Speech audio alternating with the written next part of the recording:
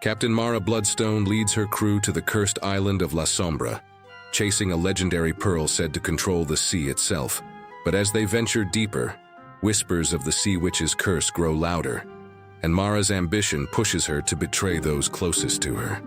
When the phantom crew of the Widow's Fang turns against her, Mara faces a horrifying choice that could doom her forever. Will her hunger for power cost her everything? And when loyalty is lost, who's left to trust?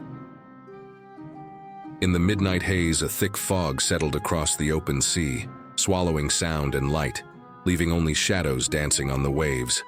But through the gloom, the ominous shape of the Widow's Fang cut its way forward, its black sails taut with wind as Captain Mara Bloodstone steered her crew toward a dangerous legend. At the helm, Mara's gaze was unbreakable, her eyes set on the cursed island that lay just ahead, a place that held a prize powerful enough to shift the tides of the world. "Land ahead," shouted Orin, the ship's lookout, his voice barely piercing the thick, unnatural mist that clung to the crew like ghostly hands. The island of La Sombra rose from the sea like a great jagged tooth, outlined by eerie green light. An unnatural glow radiated from the waters around it, pulsing like a heartbeat, as if the island itself were alive and angry. Beside her, the crew murmured nervously. Rumors of the sea witch's power had haunted them since the first whisper of the Black Pearl of La Sombra had reached Mara's ears.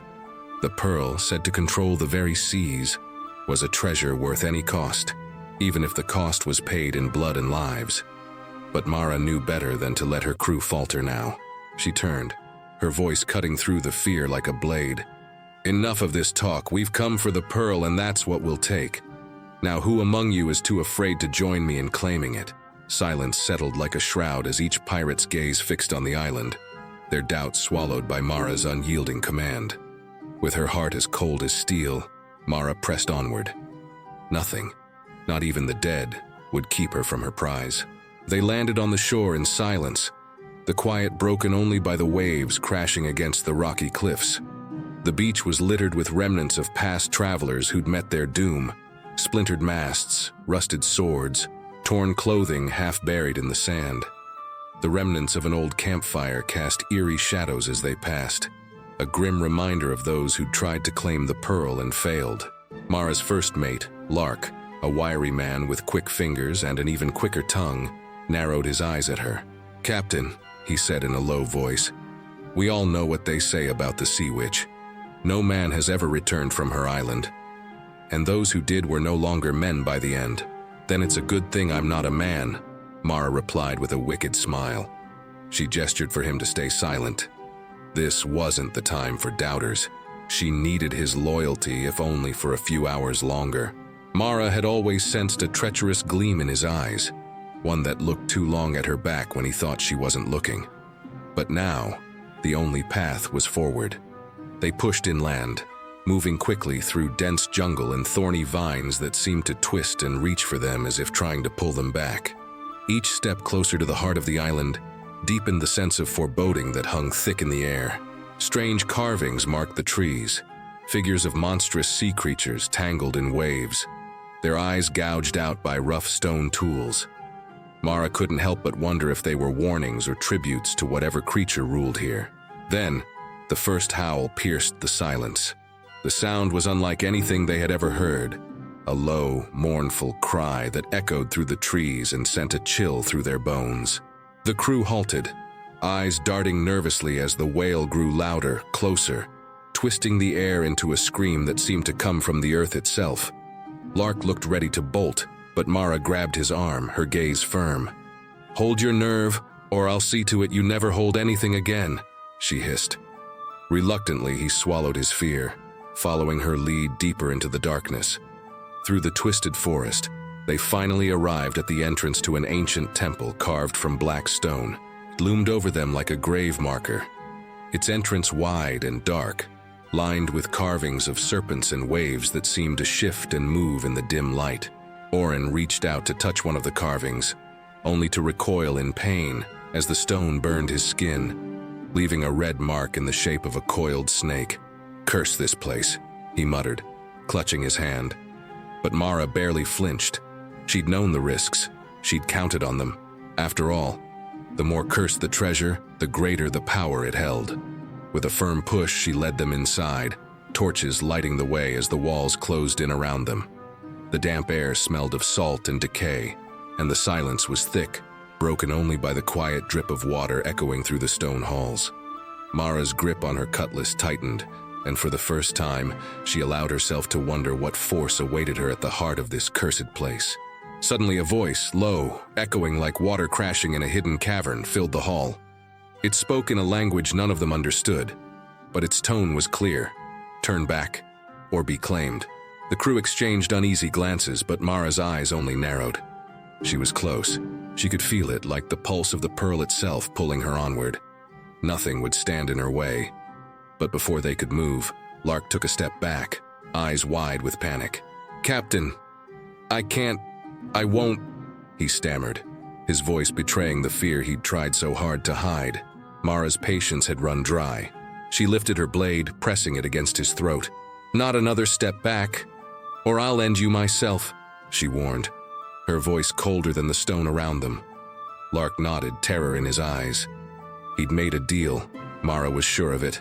She could smell the betrayal on him as strongly as the salt in the air, but she would deal with him after the pearl was hers. Together, they pressed forward, toward the heart of the temple, where the prize waited, pulsing in the darkness, and the witch's curse lingered like a shadow over their fate. The torchlight flickered as Mara's crew descended deeper into the temple, the oppressive darkness pressing in from all sides.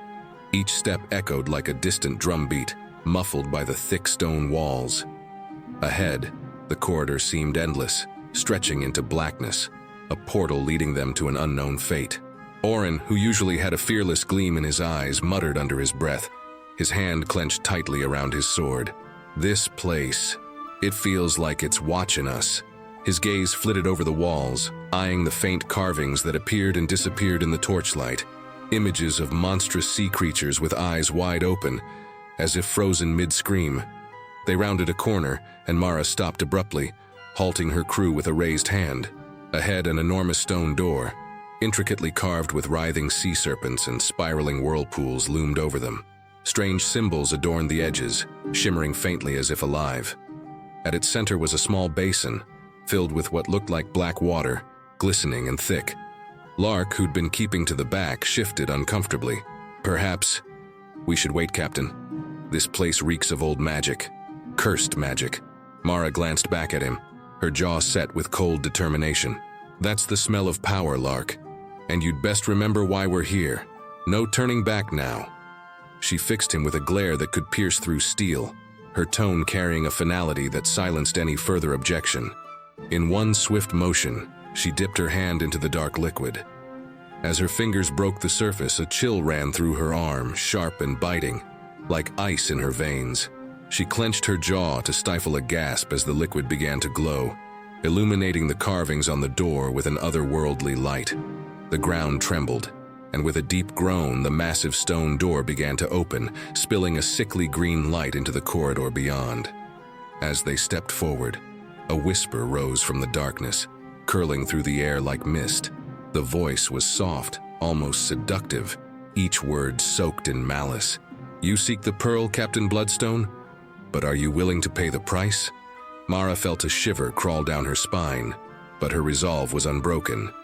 "I've paid worse for less," she replied, her voice steady, challenging the darkness. The crew followed her into the chamber, a vast domed hall covered in strange coral formations that seemed to pulse with an unnatural glow. At the center of the room was an altar, and atop it lay the prize they sought, the black pearl of La Sombra. It shone with a light that was both beautiful and terrible, an abyssal black that seemed to swallow all other light around it.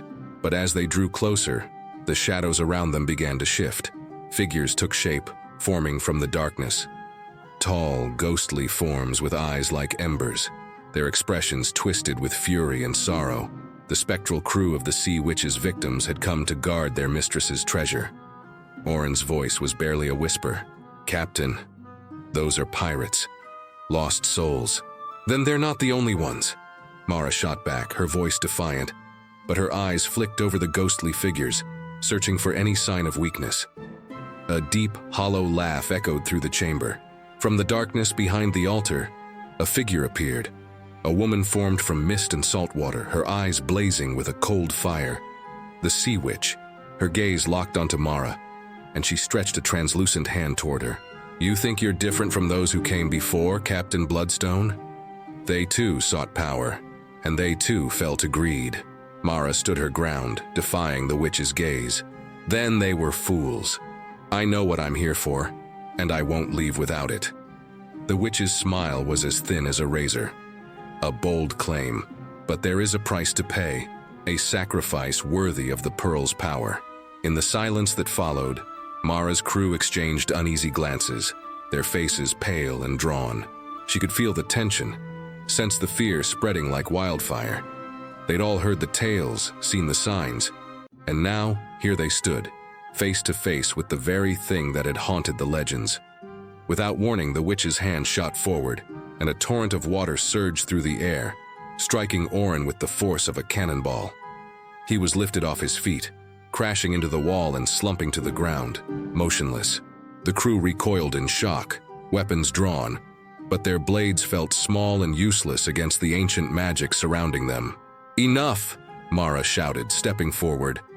She turned to the witch, her voice defiant but steady. "You need a sacrifice? Then take Lark. He's done nothing but drag us down." She pointed to her first mate, whose face had drained of all color. Lark staggered back, eyes wide with terror. "No use, Mara, please. We've been through so much together." "Loyalty has its limits," she replied coldly. She had seen the treacherous gleam in his eyes from the beginning, and now he was simply a pawn in her game. She nodded toward the witch. "Take him and let the rest of us go." The witch's expression shifted, intrigued. She raised her hand and shadows swirled around Lark, pulling him toward the altar. He screamed, his pleas echoing through the chamber, but Mara's gaze never wavered. This was the price she was willing to pay. But as Lark's voice faded, the witch turned back to Mara, her smile twisted with malice. "One sacrifice is never enough, Captain. To claim the Pearl, you must give me your entire crew." The demand struck like a dagger. Mara's heart pounded as she looked at her remaining men, loyal though wary, faces that had followed her through countless storms. Her eyes flicked to the Pearl, so close, almost within reach.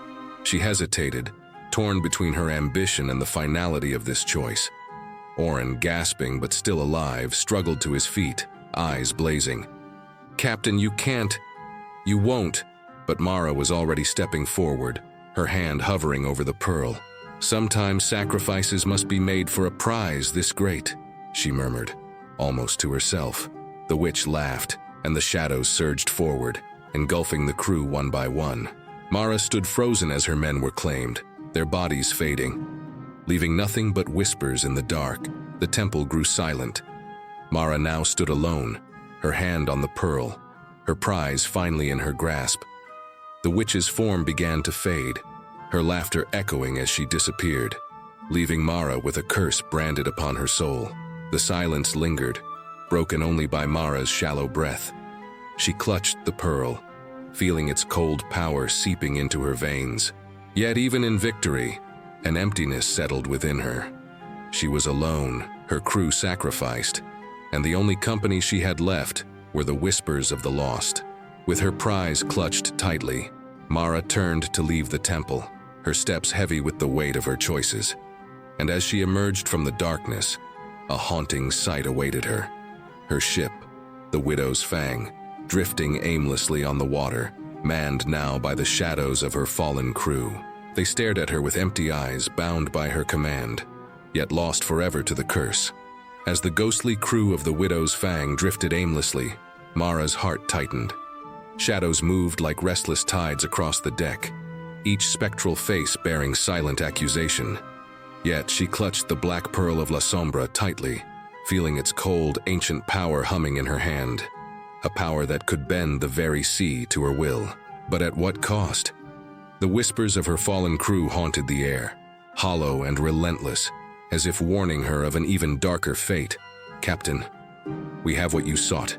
Isn't that enough?" came a voice, strained and trembling.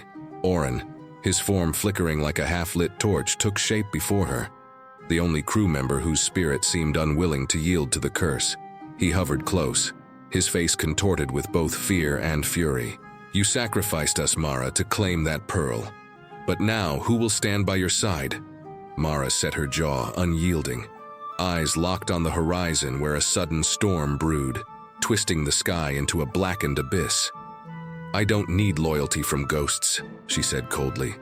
"I have the power now to control the seas themselves. I'll forge my own path." A crack of thunder split the sky, and the ocean seemed to heave in response, sending waves crashing against the hull of the Widow's Fang. Mara's grip on the pearl tightened. The storm didn't just come from the heavens, it surged from the depths of the cursed island itself, as if the sea witch were pulling the world down into her fury. Mara's gaze hardened. She'd survived worse storms than this, and she would not let herself be bested now. "Raise the sails," she commanded, her voice slicing through the wails of the ghostly crew. Shadows shifted, and her spectral crew moved with eerie obedience, their hollow eyes fixed on her as they worked. The sails creaked and unfurled, their ghostly hands doing as they'd done in life, bound to her even in death. But just as the ship began to lurch forward, a new threat emerged. From the storm's heart, a ship unlike any Mara had ever seen appeared. A vessel draped in shadows, its sails torn and tattered, and its deck manned by figures who looked neither dead nor alive. The Phantom Reaver, the Sea Witch's own spectral vessel, had arrived. Rising from the depths with its cannons pointed directly at the Widow's Fang, Orin's voice trembled. "Captain, that's the witch's ship. We're doomed." But Mara laughed, defiant, holding the pearl aloft. "Not while I hold this." She could feel the power coursing through her, like the relentless pull of the tide. She raised her voice to the storm, calling out to the Sea Witch herself. "Is that all you have, witch? I took your pearl, I command the sea now." As if in answer, a roar shook the air, so powerful that it seemed to split the heavens. Lightning arced down from the sky, striking the ocean around her ship, each bolt closer than the last, turning the sea into a boiling cauldron. Yet Mara's grip never faltered. If the witch wanted her power back, she would have to face Mara herself. The two ships were now close enough for her to see the Sea Witch, a figure of swirling mist and salt water, standing tall on the deck of her ghostly vessel, her eyes blazing with fury. She extended a hand, and Mara felt an invisible force slam into her, sending her staggering backward. The pearl rolled from her grip, skidding across the deck, and stopped just inches from the edge, where it teetered dangerously over the churning water. "You are nothing but a thief," the witch's voice thundered across the storm. "You steal what is not yours, and you pay with the lives of others. For this, your fate is sealed." Mara, regaining her footing, forced herself to stand tall. "Fate? I've made my own fate, and I've never backed down from it." With a snarl, she lunged forward, grasping for the pearl. But a pair of ghostly hands seized her, stopping her mid-motion. Her crew, bound by her own dark bargain, were now turning against her, holding her back as the witch approached. Each hand felt like ice pressing against her, draining her strength, their ghostly forms growing more solid as her power over them waned. "Release me!" Mara spat, thrashing against the hands that held her. But the witch's voice was like the crash of the ocean itself, unyielding. "You cannot control what you have doomed." Suddenly, Orin stepped forward, his ghostly form flickering, defying even the curse's power. With what strength he had left, he knelt beside the pearl, his spectral fingers brushing its surface. He looked up at Mara, his gaze a mixture of sorrow and betrayal. "You took everything from us, Captain. I'll make sure this power costs you as much." With a fierce cry, he pushed the pearl over the edge. It dropped into the stormy sea below, vanishing into the depths.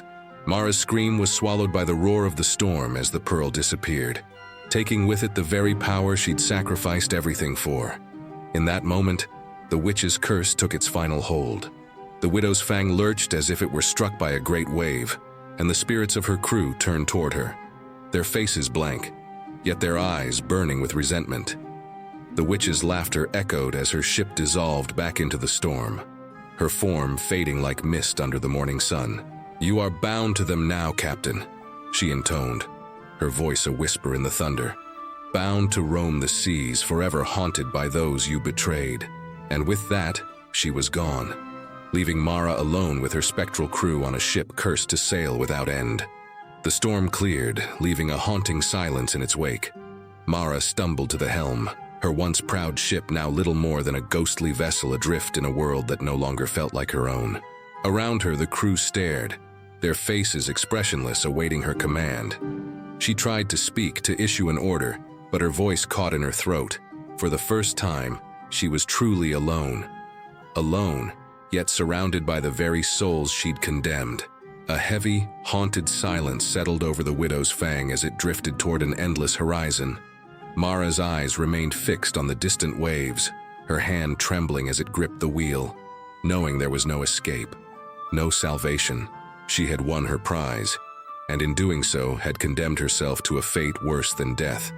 For the Widow's Fang and its captain were now legends of the cursed seas, bound to wander forever, a ghost ship led by a captain as relentless and unforgiving as the tides themselves.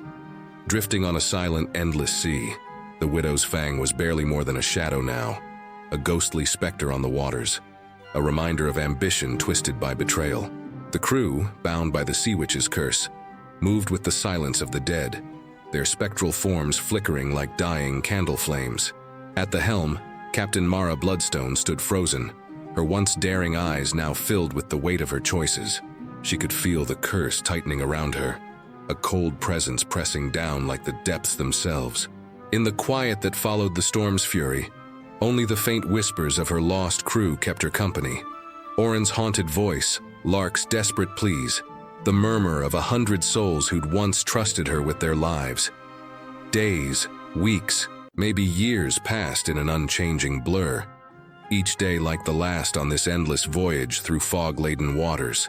Her compass spun wildly, pointing nowhere, as if the very sea itself had abandoned them to drift through shadows. But then one night, as the moon hung heavy in the sky, casting a silvery glow across the cursed vessel, Mara spotted a faint light on the horizon. A flickering beacon, almost like a lantern, beckoning her forward. It was the first sign of life she'd seen since claiming the cursed pearl. She gripped the wheel, her voice hoarse and commanding. "Toward the light," she called, more to herself than to her silent crew, whose hollow eyes stared unblinking, bound by duty to follow her every order. The ship's shadowy form cut through the water, gliding closer to the light. As they approached, the fog parted, revealing a ship unlike any Mara had ever seen. A galleon draped in tattered black sails, its deck empty and its masts bare. The Phantom Reaver, the Sea Witch's ghostly vessel waiting in the mist. From the deck of the spectral galleon, the figure of the Sea Witch appeared, her form shimmering like water caught in moonlight. She watched Mara with a twisted smile, her eyes colder than the ocean depths. "I told you," the witch's voice echoed across the water. "You would be bound to those you betrayed. But there is one path yet, one way to end this curse." Mara's jaw clenched, her heart pounding. She'd felt trapped in a waking nightmare since that fateful night, bound to a crew of restless spirits. "Tell me," she demanded, her voice cracking with desperation. "What must I do?" The witch raised a hand, and the air between them rippled as if disturbed by a great wave. "To break the curse, you must give up the very thing you sought when you betrayed them. Renounce your power over the sea, your dominion over their souls. Only then can they find peace, and only then can you reclaim your own." Mara's grip on the wheel tightened, her knuckles white. She had sacrificed everything, her crew, her soul, to seize this power. Letting it go would mean forsaking her very identity, the legacy she'd built on blood and steel. And yet, the endless haunted voyage had broken something inside her, hollowing her heart until only bitterness remained. Her gaze shifted to her crew, their ghostly faces waiting, silent, watching her. Orin's figure drifted closest, his expression filled with a sorrow that cut deeper than any blade. For the first time, she truly saw him, her once loyal friend, and the weight of her betrayal hit her like a crashing wave. With a trembling hand, Mara turned away from the helm, stepping toward the edge of the deck. She looked down into the swirling water, feeling its cold depths calling to her, the place where she'd lost herself in her pursuit of power. She lifted her hand, gripping the ghostly remnants of the Black Pearl, and raised her voice to the witch. "I renounce it. I renounce the power. I give it all back," she said, her voice carrying over the waves, a final, shattering act of surrender. The pearl dissolved in her hand, its dark glow fading like a dying star. The air shifted, and a low hum began to build around her, like the voices of the dead rising from the depths. One by one, her crew members began to fade, their spirits lifting from the deck like smoke rising from embers. She watched as each one, faces softened, finally at peace, disappeared into the night, leaving her alone with the sea witch's gaze upon her. The witch watched, her expression unreadable. "Your freedom is granted," she said, her voice softer, almost kind. "But with that freedom you lose the sea. You are no longer Captain Mara Bloodstone, but a wanderer, forever bound to live by land, never to feel the tides or the salt air. That is the price of redemption." Mara's heart twisted, torn between relief and grief. She was free, yes, but at a cost that felt like a wound she could never heal. She nodded, accepting her fate with a quiet dignity, knowing that she'd paid the only price that could undo her sins. The witch raised her hand once more, and the ship dissolved around Mara, leaving her standing on a deserted shore, the sound of waves lapping gently at the sand. The widow's fang, the cursed pearl, the crew, they were all gone, lost to legend. Mara looked out at the horizon, feeling a strange hollowness where her ambition had once burned bright. The sea that she'd loved, that she'd tried to rule, was now beyond her reach, a distant memory fading with each passing wave. As dawn broke, Mara turned her back to the ocean, beginning her long walk inland. The legends of Captain Mara Bloodstone and her cursed crew would live on, told by sailors and whispered in taverns, tales of ambition, betrayal, and a power that demanded a terrible price. For those who dare to walk the path of the cursed, let this tale be a warning. The sea takes its due, and mercy is as rare as the treasures it hides. If you've sailed with us this far, don't let this adventure end here. Subscribe to You Pirate for more tales of mystery, power, and the high seas. Share with friends and stay tuned. There's always another legend waiting to be told.